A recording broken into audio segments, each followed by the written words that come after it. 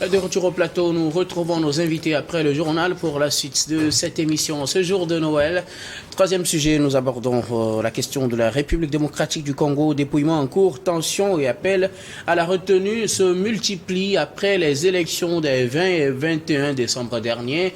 Les Congolais attendent toujours les résultats de ces élections. Seulement 3% des suffrages ont été dépouillés pour le moment, ce qui donne une large avance au président sortant Félix Tshisekedi. Par rapport aux autres, il a un score entre 70 à 85% pour Félix Tshisekedi, qui est en tête donc dans 22 circonscriptions et dans les pays de la diaspora, France, États-Unis, Canada, Belgique et Afrique du Sud. Voilà les 5 pays qui ont voté. Qu'est-ce que je dis? Félix Tshisekedi est en large avance par rapport aux autres candidats. Par exemple, celui qui le suit, c'est bien Moïse Katumbi avec 14% des voix. Après vient Rajabo Tebabo Soborabo, le président du parti politique congolais uni pour le changement. Il s'en sort avec 0,90%. Viendra ensuite notre candidat malheureux à la dernière présidentielle, Martin Fayoulou, qui récolte pour le moment 0,80%. Je rappelle que seulement 3% des votes ont été dépouillés pour le moment, et donc tout est encore possible en République démocratique du Congo, sauf que ces résultats ne sont pas acceptés par tout le monde. Et déjà, la CENCO, la conférence épiscopale de la République démocratique du Congo, a jugé ces élections de grande mascarade, que c'était un désordre organisé, en tout cas pour ces élections. Et dans l'élan de ce désordre, de qualification de désordre, certains partis, certains opposants comme Martin Fayoulou, Denis Mukwege, avaient appelé à organiser carrément d'autres élections parce que ces élections n'en étaient pas une. Voilà finalement ce qui se passe en République démocratique du Congo, et donc des appels à manifestation mercredi de la part de Denis Mukwege et Martin Fayoulou et d'autres opposants également. Ils étaient 5 à lancer des appels pour une manifestation ce mercredi 28 décembre. À quoi doit-on s'attendre en République démocratique du Congo? Nous en parlons avec vous. Je voudrais bien commencer par vous, Souley Kéziré. République démocratique du Congo, le dépouillement est en cours. Félix Tshisekedi en large avance par rapport aux autres. Les autres n'acceptent pas les résultats. Finalement, on en parle de prochaines manifestations. Ah oui, vous ne pouvez pas avoir faim préparé donné à une autre personne. C'est-à-dire? C'est-à-dire, Tshisekedi, le président sortant Tshisekedi, a envie de faire un deuxième mandat. Donc, et c'est son droit le plus absolu. Et c'est son droit le plus absolu. Donc, il est aux manettes, il a toutes les chances dans ses mains, plus que les autres. Parce que nous sommes en Afrique. En Afrique, les résultats sont connus avant le match. C'est ça le... Est-ce que ça, ce n'est pas aussi une mauvaise manière de décrire l'Afrique aux yeux du monde? C'est la réalité, bien on décrit. Les élections qui sont organisées dans des pays où les présidents ont perdu. Je prends l'exemple le plus récent, c'est Georges Weah qui a accepté effectivement qu'il a perdu les élections et qui a fait une transition. Oui, c'est ça j'ai dit. Georges Weah a voulu. Kérékou aussi en a fait. Et donc pourquoi dire que nous sommes en Afrique? J'ai dit la majorité en Afrique, on connaît les résultats avant le match. Donc ceux qui demandent à marcher le mercredi, nous sommes déjà à ces 3% qu'on a dépouillés. Ouais. Ils allaient se patienter pour voir si demain, après-demain, la chance serait de leur côté. En tout cas, depuis l'organisation de ces élections, le premier jour déjà, ils avaient dénoncé les conditions d'organisation. Bien avant même, on se rappelle, ils avaient toujours critiqué les conditions d'organisation. Oui. Les premiers jours de vote, le jeudi, ils avaient dénoncé cela, disant que c'était mal organisé et qu'ils n'allaient pas reconnaître les résultats. Et donc, ils sont dans cette logique-là, même si je ne sais pas trop si seulement on les donnait comme vainqueurs. C'est pas s'ils vont ne pas reconnaître leur victoire. Mais pour le moment, comme ils ne sont pas vainqueurs, ils sont toujours logiques.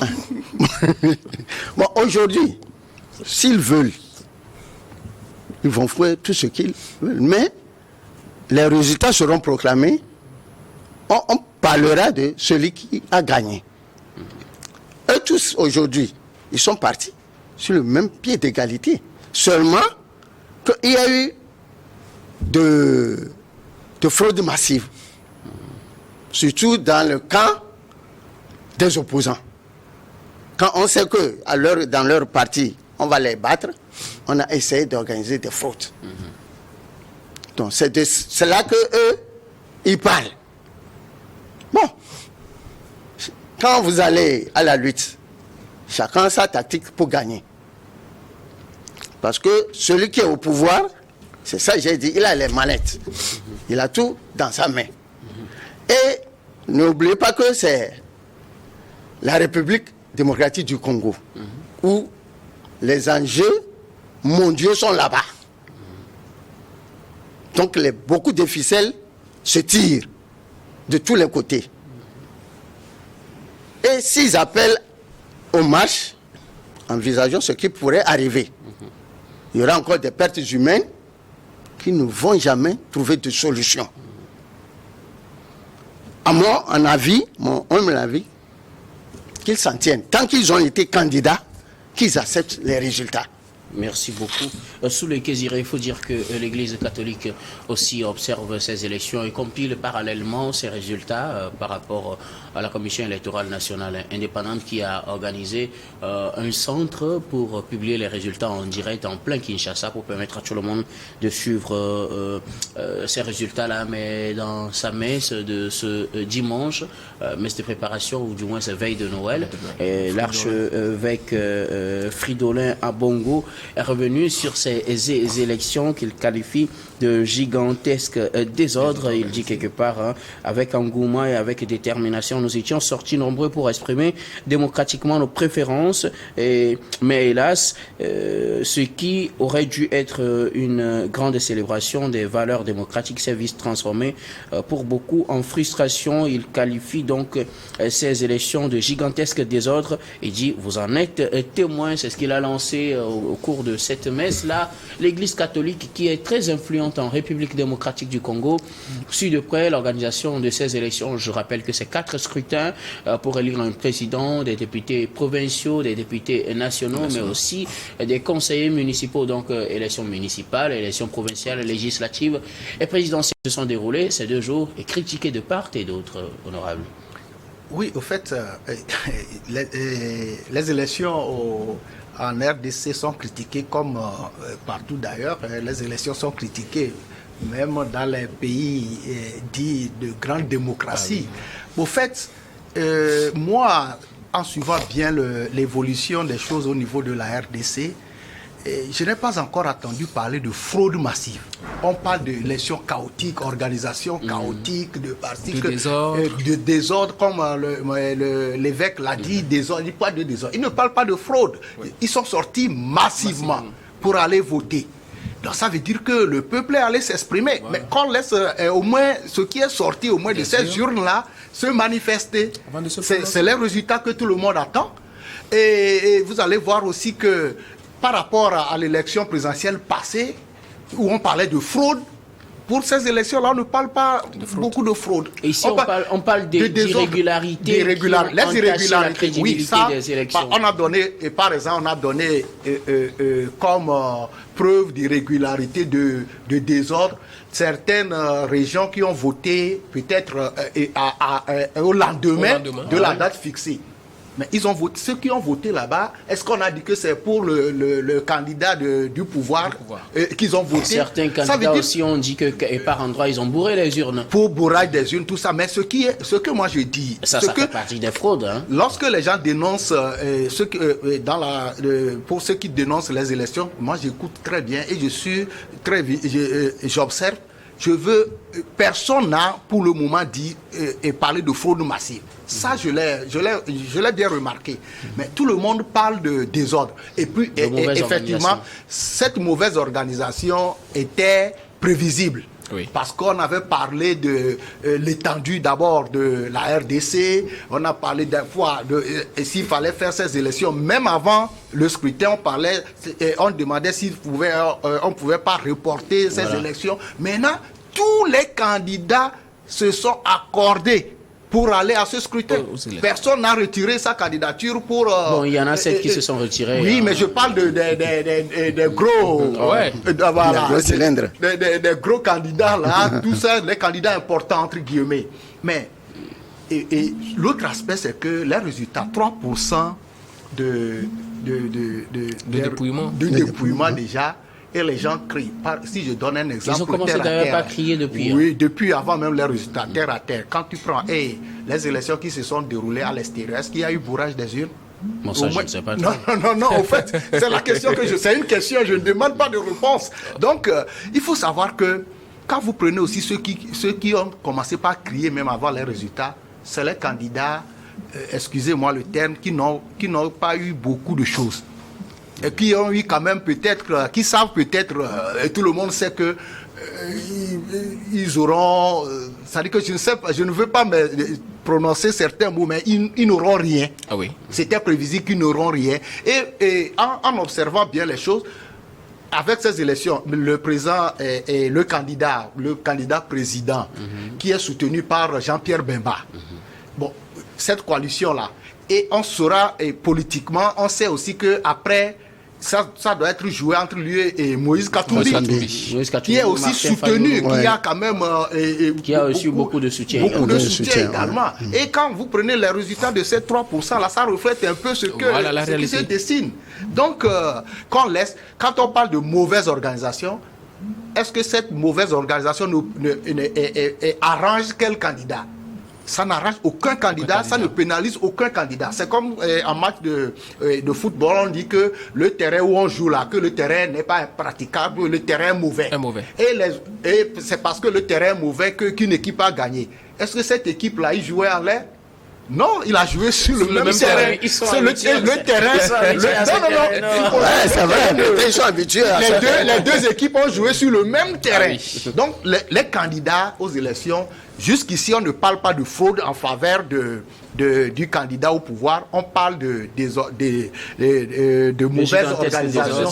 Comme l'évêque l'a dit, je m'en tiens à ce qu'il a dit, gigantesque désordre. C'est du désordre vraiment parce qu'il y a certains endroits qui ont voté après d'autres. Mais c'est la CENI qui a dit qu'il donne dérogation spéciale. Et on a voté pour tous les candidats là-bas. Donc je crois qu'on n'a qu'à laisser le dépouillement se poursuivre. Et nous allons voir à la fin et les résultats qui vont sortir de ces urnes-là. En tout cas, à l'international, l'on appelle à la retenue pour ne pas enflammer la situation qu'on sait déjà est très critique en République démocratique du Congo. Dans l'Est, c'est les rébellions qui font la loi.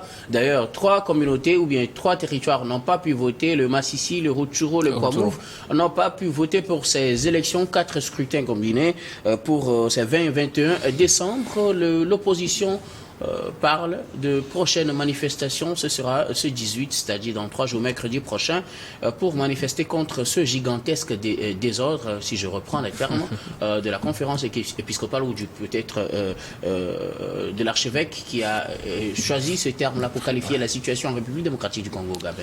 Ah oui, vous savez, je pense que l'archevêque Fridolin est allé un peu vite en besogne. Parce que nous sommes juste à 3% de ce dépouillement-là. L'Église catholique, quoi qu'on dise, a une proportion très grande, une influence très grande en République démocratique du Congo, compte tenu de la politique. Je pense qu'il devait quand même s'abstenir et surtout faire des déclarations de rassemblement pour envenimer la situation. Parce que quand il parle de désordre organisé et planifié par qui ? Mais ils ont toujours eu cette posture, hein. C'est d'ailleurs cette posture-là qui a causé tout le retard qu'on avait connu jusqu'au départ de, comment vous l'appelez, Joseph Kabila en 2018 avec ses élections, les accords, les fameux accords de la Saint-Sylvestre signés avec le père de Félix Tshisekedi à l'époque avant son décès. Et tout, voilà. Donc l'Église catholique a quand même une grande importance et ce qu'elle dit n'est pas à prendre à la légère. Ah oui, ce n'est pas à prendre à la légère, mais quand même, une chose est d'avoir le pouvoir, une chose est d'avoir une influence, mais une chose est de savoir l'utiliser. Quand tu l'utilises dans le mauvais sens, ça a des résultats. Depuis qu'ils ont commencé cette histoire-là, bon, quels résultats probants cette Église catholique-là a pu apporter au Congo? On tombe toujours... qu'elle compile aussi parallèlement ces résultats. Oui, ça aussi, c'est très mauvais. C'est très mauvais. L'Église catholique n'est pas censée organiser une élection. Non. Vous êtes là, vous observez. Et ça se passe dans tous les pays comme ça. L'Église catholique qui délègue des observateurs sur le terrain qui constatent le déroulement des élections. Mais ce n'est pas à eux maintenant d'aller faire la compilation des résultats. Ça ne se fait nulle part. Si eux, ils font la compilation des résultats, ils vont aller proclamer ça. Les partis politiques vont faire quoi alors?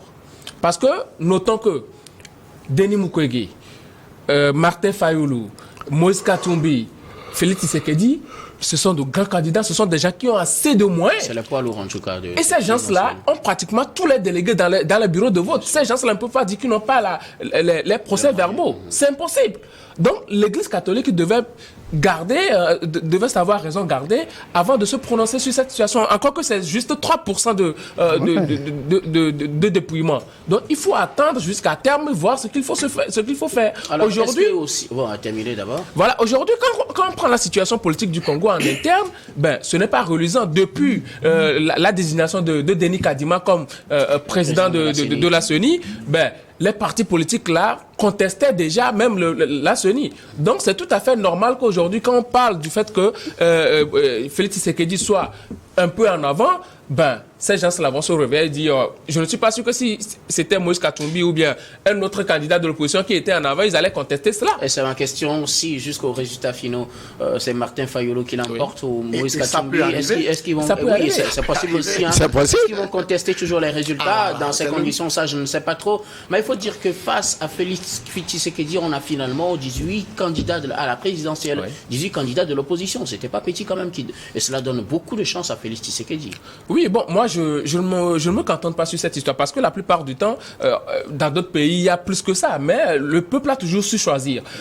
Dire souvent la plupart du temps que il y a éclatement de voix parce qu'il y a beaucoup de participants d'opposition. Non, c'est dire que non, c'est infantiliser le peuple. C'est infantiliser le peuple. Le peuple sait pour qui il faut voter pour son bonheur. Donc, du coup, pour moi, quand nous voyons la situation aujourd'hui, c'est pourquoi je dis que on va trop vite en besogne. On a commencé la proclamation des résultats. Tu viens de poser une vraie question. Et si à la fin, on désigne Moïse Katumbi ou bien Martin Fayoulou comme gagnant, qu'est-ce qu'on va faire de leur déclaration première? On va annuler les élections. Sûrement, il va contester. Parce que le FCC de Kabila aussi dit que il faut annuler les élections. Moïse Katumbi lui-même, il a dit qu'il faut annuler les élections. Denis Mukwege dit que ces élections-là n'en valent pas la peine. Alors, si à la fin de la proclamation, l'un d'entre eux est désigné comme le président de la République du Congo, ils vont dire quoi? Quand on est politicien, il faut savoir raison garder et surtout ne pas créer le chaos à chaque moment. Parce que ce qu'ils vont faire là, ils vont encore mettre les gens dans la rue et les gaz lacrymogènes et peut-être même des tirs à balles réelles. Et ce sont les enfants des gens qui vont mourir. Il faut savoir raison garder et trouver surtout un compromis politique. Ce que l'Église catholique doit faire aujourd'hui, c'est de calmer la tension et surtout exhorter ces partis politiques-là à aller vers un compromis politique pour que le calme règne. Parce qu'il ne faut pas ajouter aux tensions externes, des situations assez difficiles au niveau interne. Il faut aller vers la paix et l'Église catholique doit jouer ce rôle-là et ne pas aller compiler les résultats comme si... est-ce qu'il y a un candidat de l'Église catholique qui est allé aux élections, un archevêque qui est allé aux élections? Non, je ne le pense pas. Ils n'ont pas besoin d'aller aux élections. Mais ils n'ont pas besoin de compiler les résultats. Si eux, ils compilent les résultats dans un quartier général, les partis politiques ont déjà leurs quartiers généraux. Ces partis politiques, la plupart du temps, ont déjà des délégués, ont les procès-verbaux. C'est à eux de compiler les résultats. Ce n'est pas à l'Église catholique de faire cela. Son rôle, c'est de faire des observations et d'apporter quand même quelque chose qui est assez probant, qui va apporter de la paix au Congo. Merci beaucoup. À vous, nous allons marquer une nouvelle pause, puis on revient pour la dernière partie de cette émission, dernière partie que nous allons consacrer bien évidemment au Togo.